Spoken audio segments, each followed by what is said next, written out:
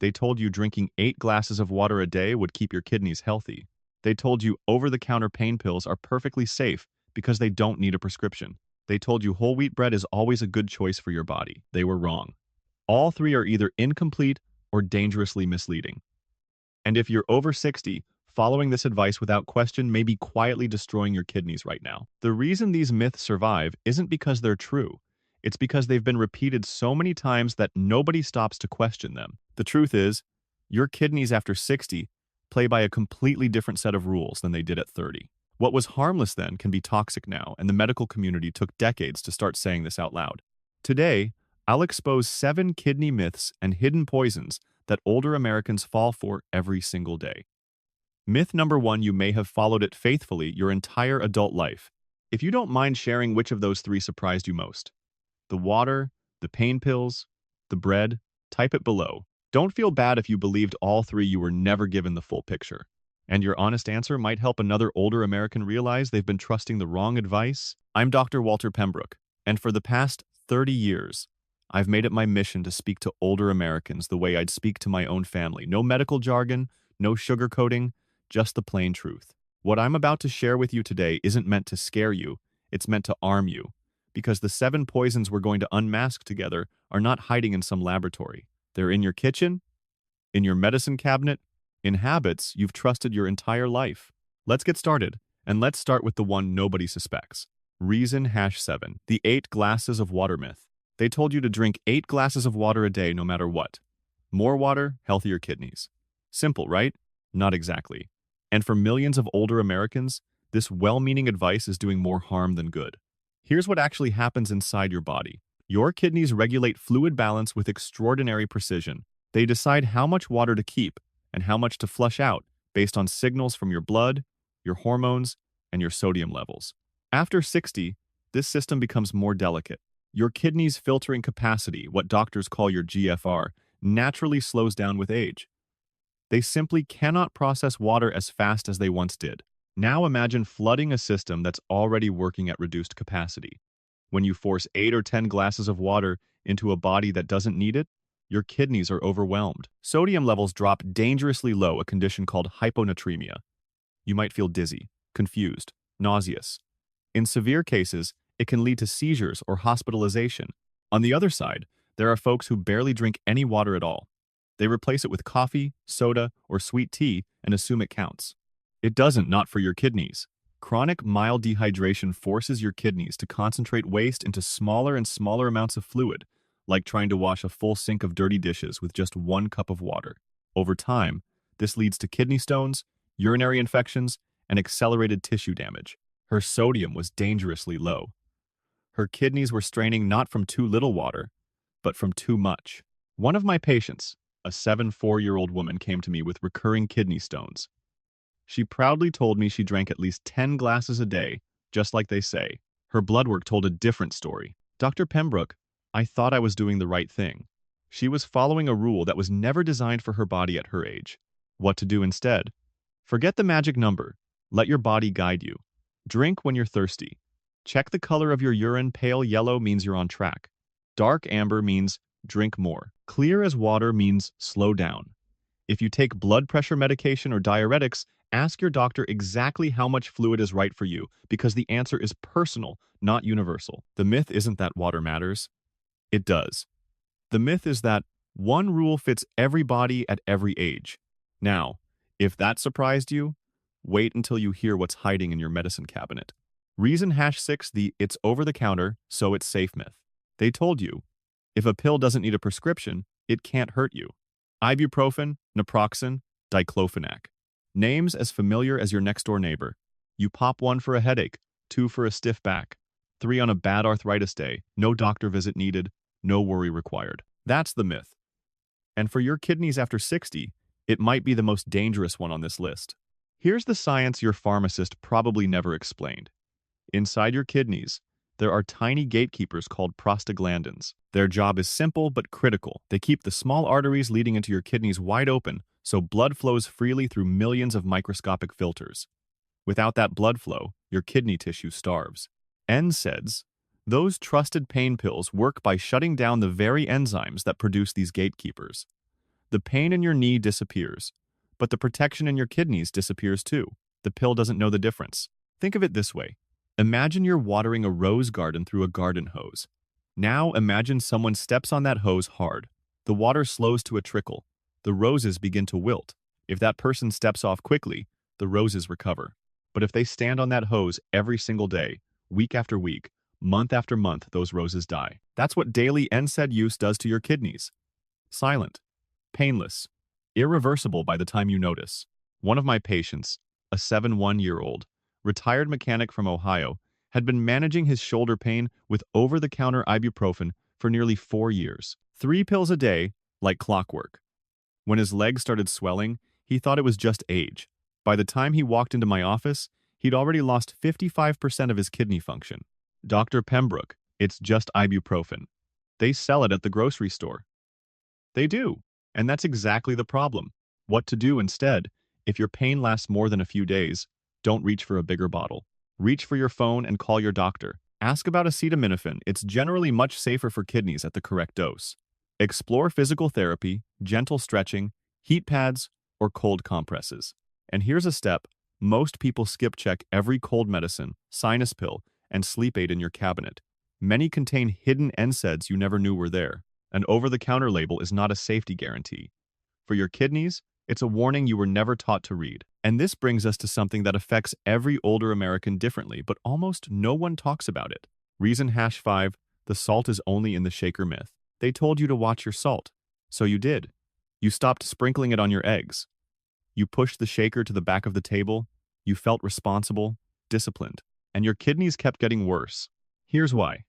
The salt shaker accounts for less than 25% of the sodium you actually consume. The other 75%, the silent majority, is already buried inside your food before you even open the package.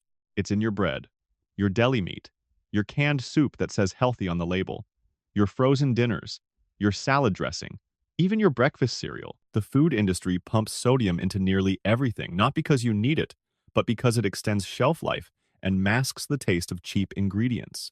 Now here's what that hidden sodium does to your kidneys. When excess salt floods your bloodstream, your body panics. It holds onto water as much as it can to dilute the sodium back to a safe level. That extra fluid raises the volume of blood pushing through your arteries. Your blood pressure climbs, and your kidneys, those delicate filters built like fine silk, are suddenly being blasted with the force of a fire hose, day after day, month after month, year after year. The silk tears, the filters scar, and your kidneys slowly lose their ability to do the one job they were designed for. One of my patients, a 77-year-old widow living alone in Tampa, was the most disciplined patient I'd ever met. No salt shaker in her house, hadn't used one in 12 years, but her blood pressure kept climbing, and her kidney numbers kept dropping. When I asked her to bring in everything she ate for 1 week, we counted the sodium together. She was consuming over 3,400 milligrams a day, more than double what her kidneys could safely handle. All from packaged food she trusted. She sat in my office, staring at the list, and said, "Dr. Pembrook, I threw away the shaker. I thought I was winning." She was fighting the wrong enemy. What to do instead? Become a label detective. Flip every package over. Find the word sodium. If it's above 140 milligrams per serving, think twice. Aim for under 1,500 milligrams per day if you're over 65. Cook at home when you can. Garlic, black pepper, rosemary, lemon, and cumin can make any meal come alive without a single grain of salt. And if you buy canned vegetables, rinse them under cold water for 60 seconds. That alone removes up to 40% of the added sodium. Your kidneys don't care about the shaker.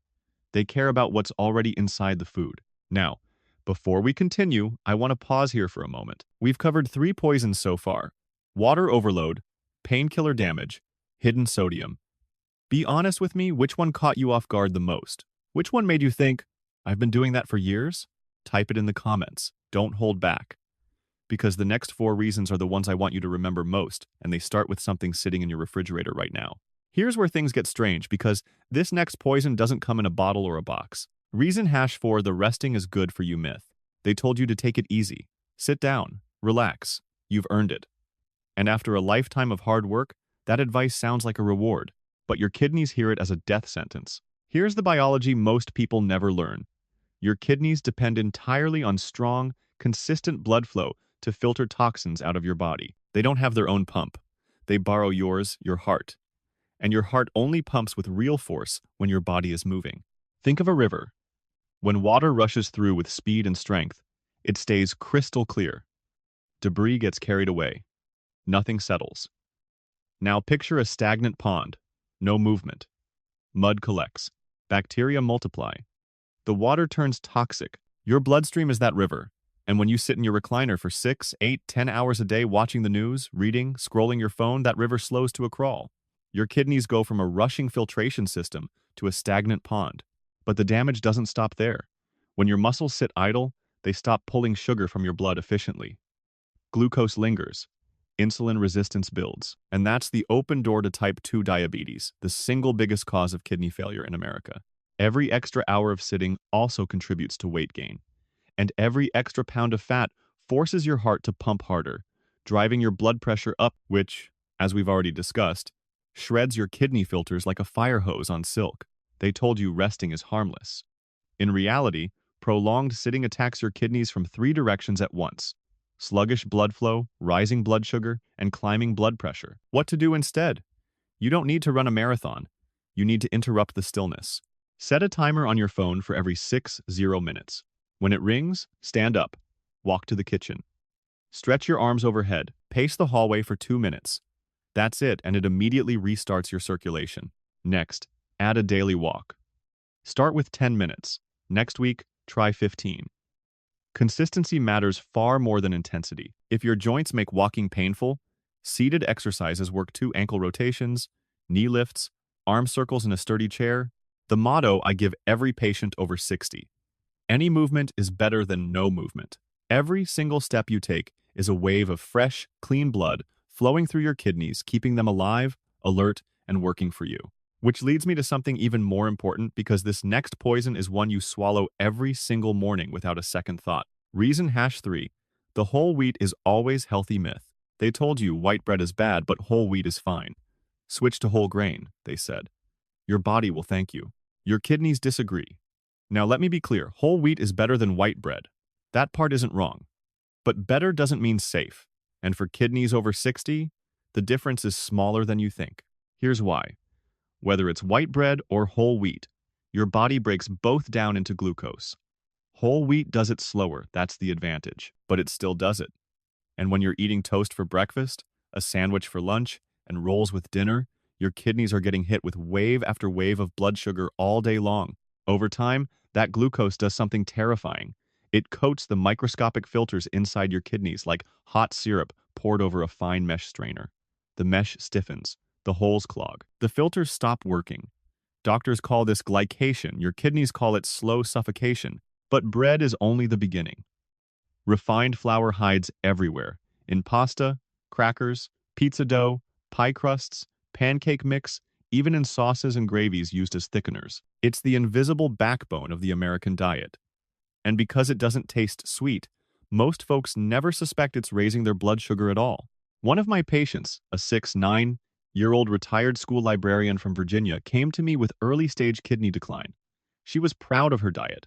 No soda, no candy, no desserts. She told me, "Doctor, Pembrook, I cut out sugar 5 years ago." When we looked at her daily meals, she was eating whole wheat toast, oatmeal with honey, a turkey sandwich on wheat bread, crackers with cheese, and pasta for dinner. Every single meal was flour-based. Her blood sugar was riding a roller coaster from sunrise to sunset, and her kidneys were paying the fare. "I thought I was eating clean," she whispered. She was eating the myth. What to do instead?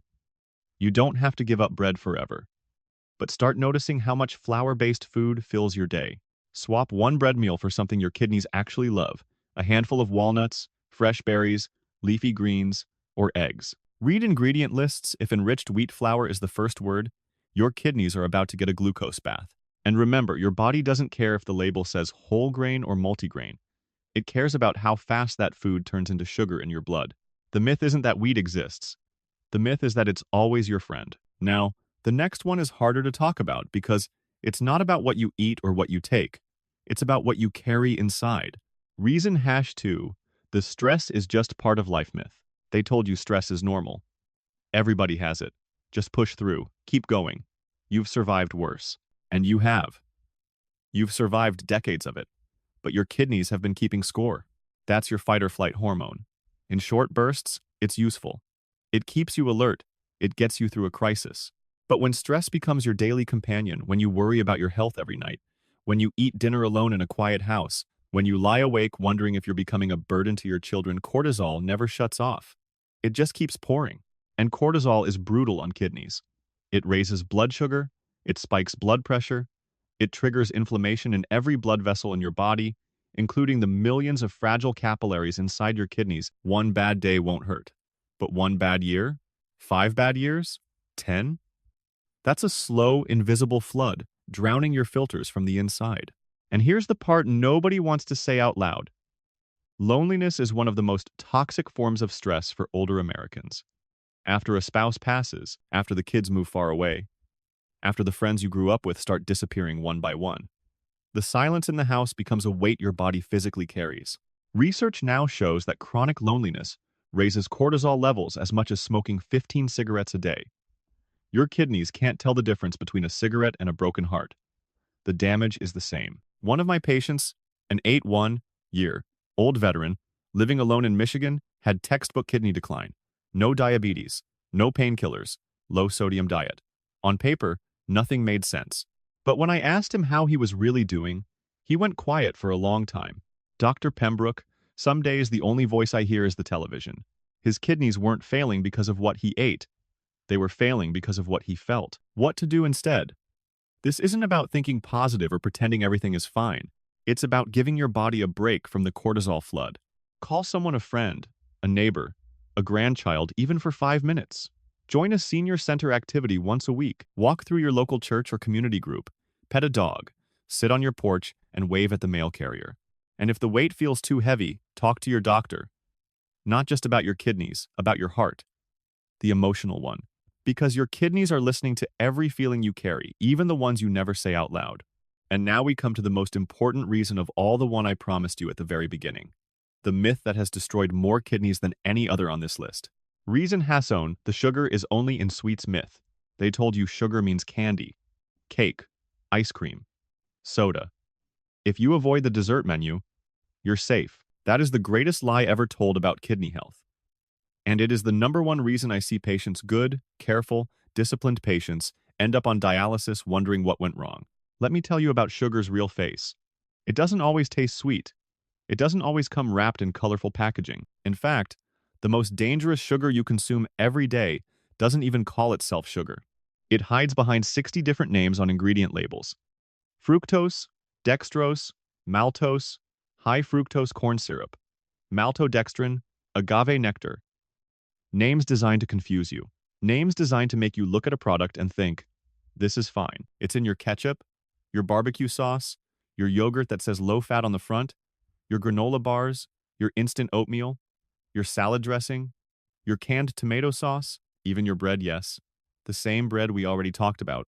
Sugar is layered on top of flour, and together they form the most destructive partnership your kidneys have ever faced. Here's what that hidden sugar does. Every time it floods your bloodstream, your pancreas scrambles to release insulin. Day after day, year after year, your cells grow tired of listening. They stop responding. Insulin resistance sets in. Blood sugar stays high, circulating, sticky, corrosive. And this is where it gets devastating. That excess glucose begins to physically caramelize the filters inside your kidneys. I'm not using that word for dramatic effect. It's the actual medical process. Sugar molecules bond to the proteins in your kidney tissue, hardening them, scarring them, sealing them shut. Doctors call it diabetic nephropathy. I call it the slow death of your filters. Imagine dipping a fine silk tea strainer into warm caramel. At first, the liquid passes through, but as the caramel cools and thickens, the tiny holes close one by one. Eventually, nothing gets through at all. That's what's happening inside the kidneys of millions of older Americans right now, and most of them have never been diagnosed with diabetes. Because here's the part that breaks my heart. You don't need a diabetes diagnosis for sugar to destroy your kidneys. Pre-diabetes, insulin resistance, even consistently elevated fasting glucose, all of these are already doing damage long before any doctor uses the word diabetic. And sugar doesn't work alone. It raises your blood pressure just as effectively as salt. It fuels chronic low-grade inflammation, the kind that doesn't cause a fever but quietly corrodes your blood vessels from the inside. It feeds visceral fat, the dangerous fat wrapping around your organs, releasing inflammatory chemicals that travel straight to your kidneys. One of my patients, a 7-3-year-old, retired postal worker from Atlanta, sat across from me with his lab results in his hands. Stage 3, kidney disease. No history of diabetes, no smoking, no alcohol. He exercised 3 times a week. His wife cooked every meal at home. Dr. Pembrook, we don't even keep soda in the house. We haven't bought candy in years. But when we audited his diet, the barbecue sauce on his chicken, the honey in his tea, the flavored yogurt after lunch, the store-bought bread with every meal he was consuming over 70 grams of hidden sugar a day, nearly triple what his kidneys could safely process. He looked at me and said, "You mean to tell me the food I trusted is what did this?" Yes, that's exactly what I mean. What to do instead? Start reading every ingredient list. If sugar under any of its 60 names appears in the first 3 ingredients, put it back on the shelf. Replace flavored yogurt with plain. Swap bottled sauce for homemade with real tomatoes and spices. Drink your coffee black or with a splash of cream instead of flavored syrup. Choose whole fruit over fruit juice. The fiber slows the sugar and gives your kidneys time to breathe. You don't have to quit sugar completely. You have to stop letting it sneak in without your permission.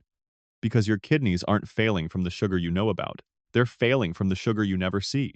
So let's go back to where we started. They told you 8 glasses of water a day would protect your kidneys. They told you over-the-counter pills were harmless. They told you throwing away the salt shaker was enough. They told you resting all day was well-deserved. They told you whole wheat was always safe. They told you stress was just part of getting older. And they told you sugar only lived in the dessert aisle. They were wrong. Every single time. And now you know better. You know the 7 silent poisons that have been slipping past your defenses not because you were careless, but because no one ever gave you the full picture. Let me be clear about something. This is not your fault. You followed the advice you were given. You trusted the labels. You listened to the rules. The problem was never your discipline, it was the information. And today, that changes. Your kidneys are 2 of the most loyal organs in your body.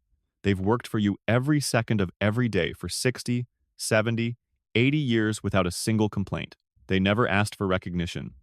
They never called in sick. They just filtered, balanced, and protected you in silence. All they're asking for now is a fair chance. Not perfection.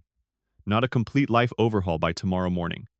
Just a few honest changes. Read 1 label before you buy. Stand up once every hour. Take a 10-minute walk around your block. Call someone you haven't spoken to in a while. Swap 1 processed meal for something that grew from the earth. That's it. That's where it starts. I've seen patients in their 70s and 80s make 1 single change, just 1, and watch their kidney numbers stabilize for the first time in years. Not because of some miracle drug, because they finally understood what was hurting them and made a conscious choice to stop. You have that power right now. Not tomorrow. Not next month. Right now. These are your golden years. You worked your entire life to reach them. You raised families. You built careers. You served your communities. You have earned every single day that lies ahead, and you deserve to live those days with strength, with independence, and with kidneys that can carry you through. It is never too late. Your kidneys are still listening. The question is, what are you going to tell them starting today? If this video opened your eyes today, do something powerful. Share it with someone you love. A spouse, a sibling, a friend from church, a neighbor who lives alone. Because the person who needs this information most might be too proud to look for it themselves. Leave a comment below with the word truth so I know you're done believing the myths and ready to start protecting your kidneys for real. And if you haven't already, subscribe to Dr. Walter Pembrook and tap that notification bell. Every week, I break down the health truths older Americans deserve to hear. No jargon, no sugarcoating, just straight talk from a doctor who treats you like family. You showed up today, you listened, you learned. That already puts you ahead of millions of people who are still following the old rules without questioning them. I'm Dr. Walter Pembrook. Stay safe, stay informed, and I'll see you in the next one.